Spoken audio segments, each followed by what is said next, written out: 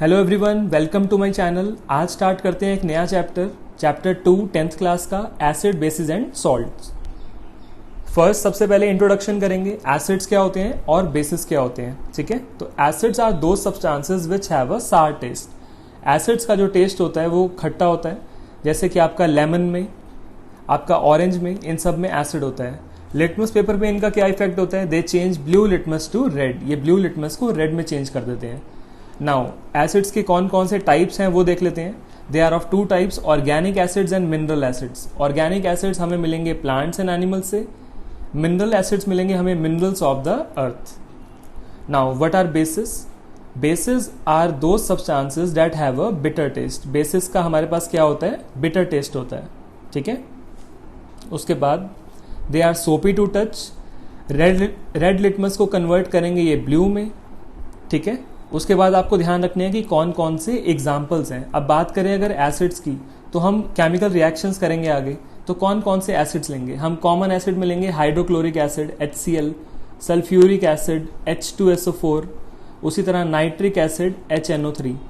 बात करें अगर बेस की, तो हम यहाँ पे कॉमन बेस जो हर जगह पे यूज करेंगे वो है आपका सोडियम हाइड्रोक्साइड, और उसका फॉर्मूला होता है NaOH। इसका हम यूज करेंगे हर जगह पे। ठीक है, ये रहा NaOH, दूसरा है potassium hydroxide. These are bases. Now let us come to the chemical reactions of acid and bases. Now first क्या दिया हुआ है आपके पास, reaction of acids with metals, यानी क्या होगा जब मेटल रिएक्ट करेगा एक एसिड के साथ। देखो मेटल, जैसे कि यहां पे जिंक दिया हुआ है, metal is zinc and the acid is sulphuric acid H2SO4।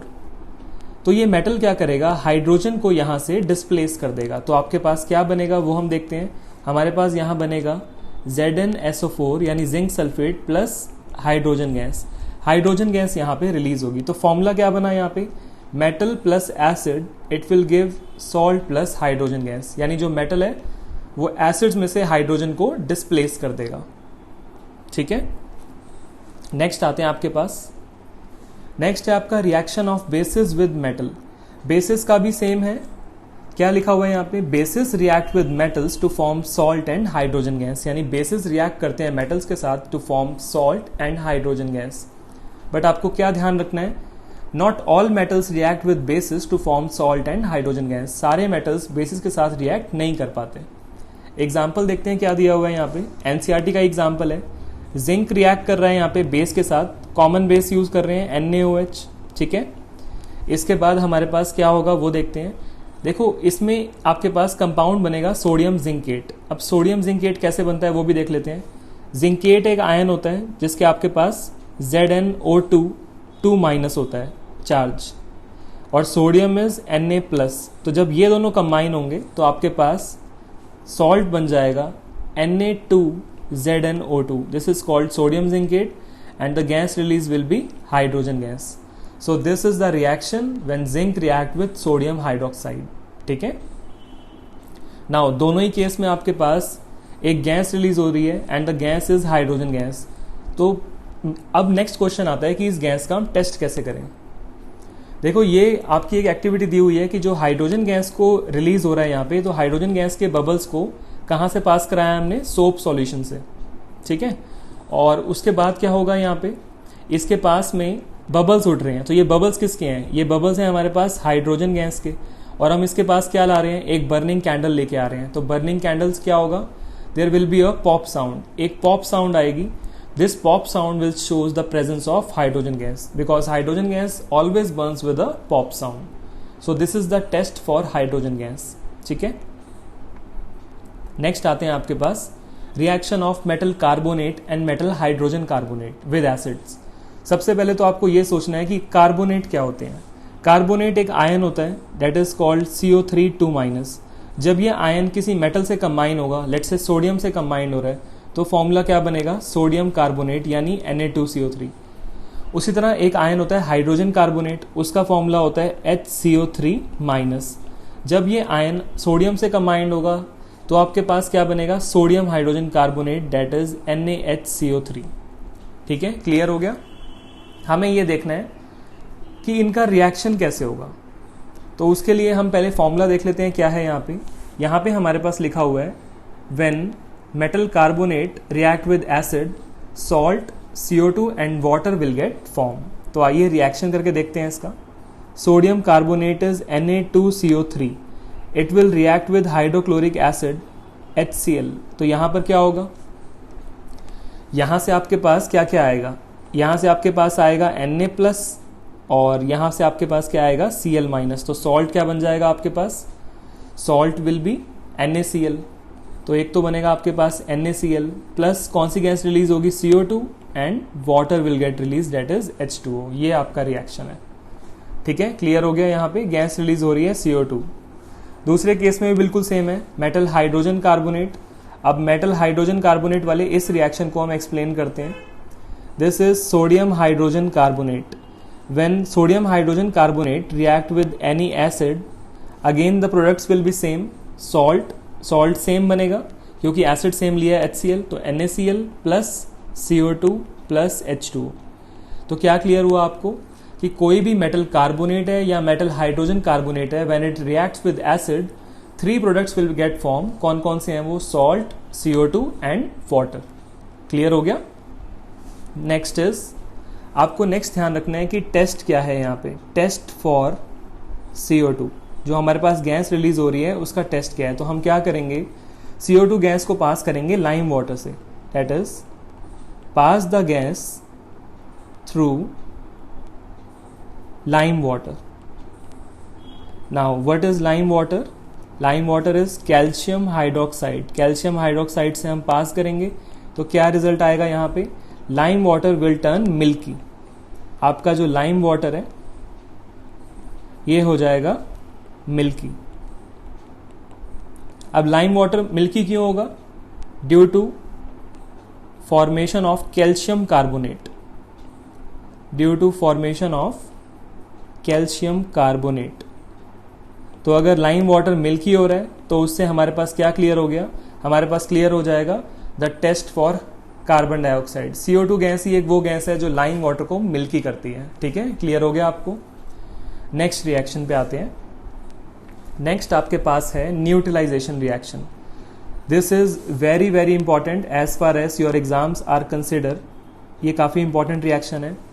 देखो न्यूट्रलाइजेशन रिएक्शन हमारी बॉडीज में भी होते हैं। जैसे कि मान लो हमारी बॉडी में डाइजेशन के टाइम पे, जैसे मान लो कि हमने ओवर ईटिंग कर लिया है, तो ओवर ईटिंग के टाइम पे क्या होगा, हमारी बॉडी में क्या रिलीज होगा, बहुत ज़्यादा एसिड प्रोड्यूस होगा। तो इस एसिड को रोकने के लिए, इससे जो भी सिम्टम्स होते हैं, जैसे कि हमारे पेन स्टार्ट हो जाता है, तो इसको रोकने के लिए हम क्या करते हैं, इनो लेते हैं। इनो के अंदर क्या होता है, बेस होता है। तो ये उसे बेसिकली क्या कर रहा है, ये उसे न्यूट्रलाइज कर रहा है, उसके इफेक्ट को खत्म कर रहा है। So this type of reaction is known as neutralisation reaction, ठीक है। तो आते हैं इसकी डेफिनेशन पे। क्या लिखा हुआ है इसकी डेफिनेशन में, it says that when an acid react with a base, salt and water are produce, this reaction is known as neutralisation reaction. ये रिएक्शन है आपका neutralisation reaction.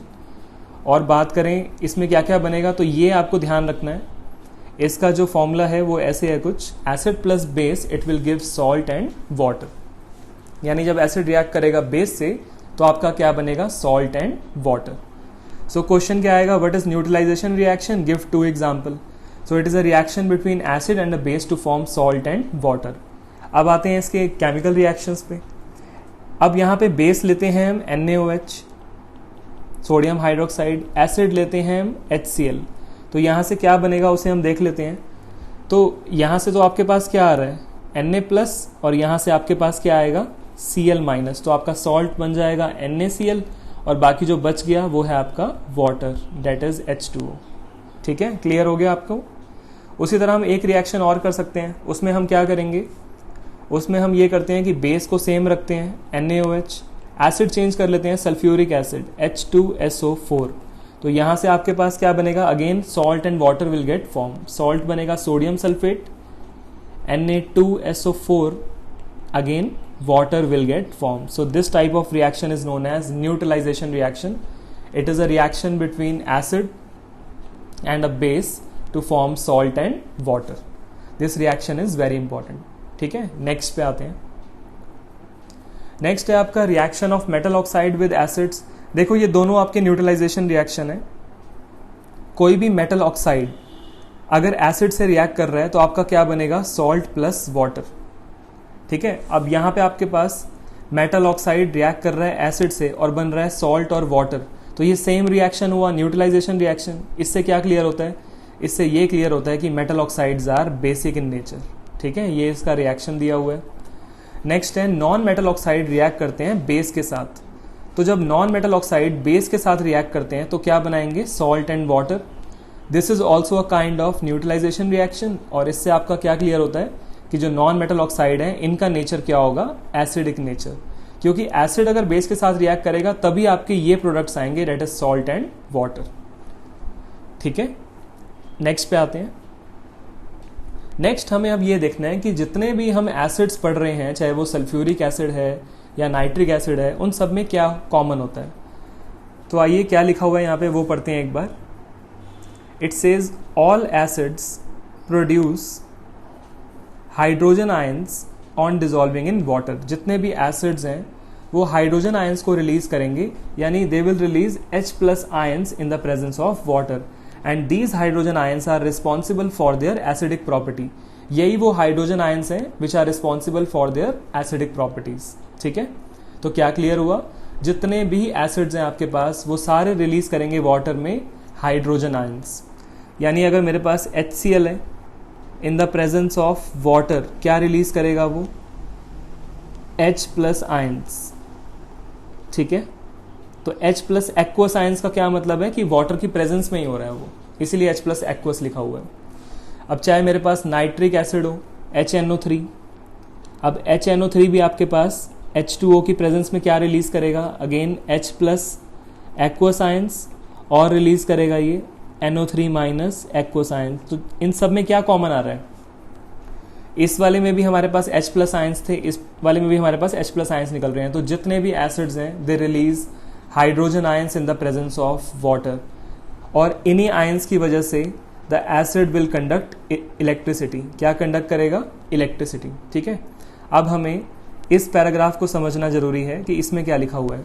Hydrogen ions can not exist alone. Hydrogen ions अपने आप अकेले exist नहीं कर सकते, they exist after combining with water molecule. ठीक है, अब क्या मतलब है इसका, जैसे कि आपने HCl को डिसॉल्व किया वाटर में तो क्या होगा, H+ निकलेगा और Cl- निकलेगा। ये जो H+ है ये कंबाइन हो जाएगा वाटर के साथ, ये तभी एग्जिस्ट करेगा इन द फॉर्म ऑफ, या तो आप इसे अब लिखोगे H+ एक्वस, या फिर आप इसे लिखोगे H3O+, that is hydronium ion. तो ध्यान रखना, या तो इस फॉर्म में एग्जिस्ट करेगा या इस फॉर्म में एग्जिस्ट करेगा, क्योंकि वाटर की प्रेजेंस होनी जरूरी है, वाटर की प्रेजेंस में ही होगा ये। ठीक है, H+ एक्वस का मतलब क्या है कि वाटर के साथ कंबाइन होकर ही वो एग्जिस्ट कर सकते हैं हाइड्रोजन आयंस। इसका ये मतलब है कि H+ इस फॉर्म में एग्जिस्ट नहीं करेंगे, H+ एक्वस लिखा होना जरूरी है, इस बात का आपको ध्यान रखना है। यस, क्लियर हो गया। आते हैं नेक्स्ट पे। अब नेक्स्ट हमारे पास कुछ क्वेश्चन है इससे रिलेटेड। यहाँ पे क्या दिया हुआ है पहले पढ़ते हैं। फर्स्ट में, why does an aqueous solution of an acid conduct electricity.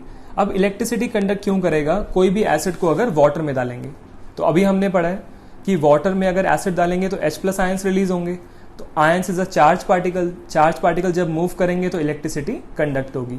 तो आंसर क्या लिखा हुआ है इसका, the aqueous solution of an acid conducts electricity due to the presence of charge particle called ions in it, that is hydrogen ions. तो वहां पर charge particles हैं and these ions will carry electric current, ये carry करेंगे आपका electric current. Clear हो गया। अब आते हैं आपके सेकंड क्वेश्चन पे। सेकंड क्वेश्चन क्या दिया हुआ है वो देख लेते हैं। Why the aqueous solution of glucose and alcohol do not show acidic character. देखो, जैसे कि ग्लूकोज है जिसका हमारे पास फॉर्मूला होता है C6H12O6, हाइड्रोजन तो इसमें भी है, और एल्कोहल होता है C2H5OH, हाइड्रोजन तो इसमें भी है, but these are not acids. ये एसिडिक कैरेक्टर शो नहीं करेंगे, हमें प्रूफ करना है they do not show acidic character. तो इसका आंसर एक ही होगा कि since these are not acids, तो वाटर की प्रेजेंस में they do not produce hydrogen ions. Glucose and alcohol do not dissociate in water, यानी ये आयोनाइज नहीं होते वाटर में to produce hydrogen ions. Hydrogen ions को रिलीज नहीं करेंगे। अगर हाइड्रोजन आयंस रिलीज नहीं करेंगे hence they will not show acidic character, तो अपना एसिडिक कैरेक्टर शो नहीं कर पाएंगे। क्लियर हो गया? आते हैं नेक्स्ट पे। Now what are strong acid and weak acid. देखो आयोनाइज तो होगा ही, कोई भी एसिड अगर आपका वाटर में ऐड हो रहा है तो क्या होगा, आयन सेपरेट हो जाएंगे, इट इज कॉल्ड आयोनाइजेशन, तो आयोनाइज हो जाएगा। अब आयोनाइज या तो ये कंप्लीट हो सकता है कि पूरा का पूरा आयोनाइज हो गया, आयंस में ब्रेक हो गया, या फिर पार्शियल हो सकता है। पार्शियल मतलब कि कंप्लीटली आयोनाइज नहीं होना, थोड़े से आयंस रिलीज करेगा। अब कंप्लीटली आयोनाइज अगर हो गया तो वो स्ट्रॉन्ग एसिड है, अगर पार्शियल आयोनाइज हो गया तो वो वीक एसिड है। तो वही आपका दिया हुआ है डेफिनेशंस में, what is a strong acid, an acid which is completely ionise in water and thus produce a large number of hydrogen ions is called a strong acid. Example है HCl, nitric acid and sulphuric acid. Weak acid क्या होंगे, an acid which is partially ionized in water and produce small number of hydrogen ions is called a weak acid। इसका मतलब है जो partially आपका ionise होगा वो क्या होते हैं आपके weak acid। एग्जाम्पल कौन कौन से दिए हुए हैं, एसिडिक एसिड और कौन सा दिया हुआ है आपका मिथेनोइक एसिड। ठीक है, क्लियर हो गया? यस, नेक्स्ट पे आते हैं। नेक्स्ट आपके पास दिया हुआ है जैसे कि एसिड्स में क्या कॉमन था, तो अब हम पढ़ेंगे कि सारे के सारे जो बेसिस हैं उसमें क्या कॉमन है। What do all basis have in common. देखो जितने भी बेसिस हैं they release hydroxide ions in the presence of water. Hydroxide ions क्या होता है, OH माइनस। आपके पास सोडियम हाइड्रोक्साइड एक बेस है, जब इसको आप डिसॉल्व करोगे वाटर में तो क्या रिलीज करेगा, एक तो रिलीज करेगा ये Na प्लस एक्वस, दूसरा रिलीज करेगा OH माइनस एक्वस।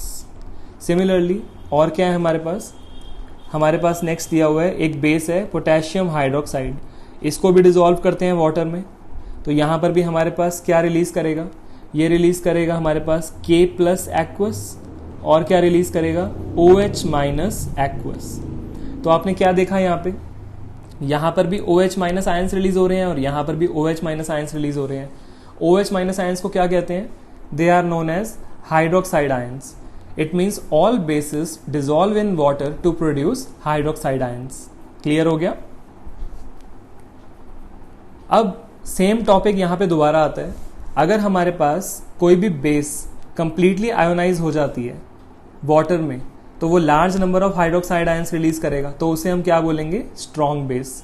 और अगर वो पार्शियली आयोनाइज होगा वाटर में तो small number of hydroxide ions release करेगा, तो उसे क्या बोलेंगे हम, वीक बेस। एग्जाम्पल दिए हुए हैं स्ट्रॉन्ग बेस में, आपके एग्जाम्पल है sodium hydroxide that is NaOH, potassium hydroxide KOH। और वीक बेस में आपके एग्जाम्पल दिए हुए हैं कैल्शियम हाइड्रोक्साइड यानी CaOH whole twice and magnesium hydroxide MgOH whole twice. तो ये हमारी एसिड बेसिस एंड सॉल्ट्स के बारे में केमिकल रिएक्शंस हमने कर लिए। ये हमारी फर्स्ट वीडियो थी जो हमने आज की है एसिड बेसिस एंड सॉल्ट्स की। हम नेक्स्ट वीडियो में बताएंगे pH के बारे में कि pH आपका क्या होता है, pH स्केल क्या होता है। अगर अभी तक आपने चैनल को सब्सक्राइब नहीं किया है तो मेरी आपसे गुजारिश है कि आप चैनल को सब्सक्राइब कीजिए, और अगर आपको ये वीडियो अच्छी लगती है तो आप अपने फ्रेंड्स के साथ इसे शेयर भी कर सकते हैं। Thank you.